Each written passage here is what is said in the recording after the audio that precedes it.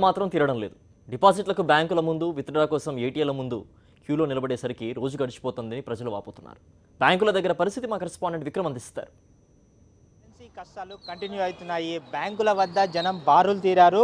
ఏ ఏటీఎంలోకి వెళ్ళినా కూడా డబ్బులు లేని పరిస్థితి. ఉన్న ఏటీఎంల దగ్గర కూడా జనాలు భారీ సంఖ్యలో నిలబడ్డారు. ఎక్కడికక్కడ చాలా వరకు హైదరాబాద్ మహానగరంలో చూసుకుంటే ఏటీఎంలు పనిచేయలేని పరిస్థితి. కొన్ని ఏటీఎంలు పనిచేసినప్పటికీ గంటల తరబడి నిలబడాల్సిన పరిస్థితి. మనతో పాటు క్యూ లైన్లో భారీగా నిలబడిన వాళ్ళు ఉన్నారు. వాళ్ళని అడిగి తెలుసుకుందాం.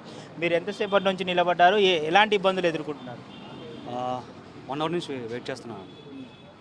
ఇబ్బందులు అంటే ఖచ్చితంగా ఇబ్బందులు ఉన్నాయి.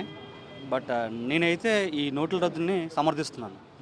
ఈ 70 సంవత్సరాల్లో జరుగుతున్న అవినీతికి ఇది ఒక ఫుల్ స్టాప్ లాంటిది.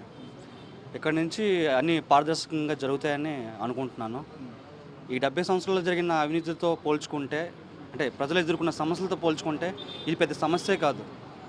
బ్యాంకుల దగ్గర నిలబడడం మాకు పెద్ద సమస్య కాదని కొందరు అభిప్రాయపడుతున్నారు. సార్ చెప్పండి సార్, మీరు ఎప్పటి నుంచి నిలబడ్డారు? ఎలాంటి ఇబ్బందులు ఎదుర్కొంటున్నారు ఏటీఎంలో? ఇబ్బందులు అంటే గవర్నమెంట్ పాలసీ మంచిదే, కానీ ప్రజలు చాలా ఇబ్బంది పడుతున్నారండి. ఇప్పుడు 3 అవర్స్ అయింది వెయిట్ చేస్తున్నాం. డిపాజిట్లకే కష్టంగా ఉంది, ఏటీఎం విత్డ్రాలకే కష్టంగానే ఉంటుంది. చాలా బాధపడుతున్నాం. ఎన్నాళ్ళు మరి అన్నది పూర్తిగా తెలియట్లేదు. ఎన్నాళ్ళు ఈ ప్రాబ్లం ఎప్పుడు సాల్వ్ అవుతుందని పూర్తిగా తెలియట్లేదు. మొత్తం మీద డిపాజిట్లు చేయడానికి కానీ అదేవిధంగా నగదు తీసుకోవడానికి కూడా ఇబ్బంది పడుతున్నామని చెప్పి చాలామంది ఖాతాదారులు కూడా ఆవేదన వ్యక్తం చేస్తున్న పరిస్థితి. గంటల ధరబడి కూడా ఇక్కడ బ్యాంకుల ముందు పడిగాపులు కాస్తున్నాము.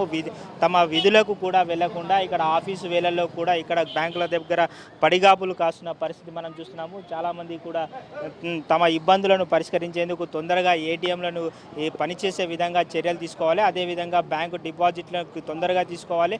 నగదు విత్డ్రాలు కూడా పెంచాలని చెప్పి ఖాతాదారులు కోరుతున్న పరిస్థితి మనం చూస్తున్నాం. వీడియో జర్నలిస్ట్ వినోద్తో విక్రమ్, సాక్షి టీవీ, హైదరాబాద్. నిజామాబాద్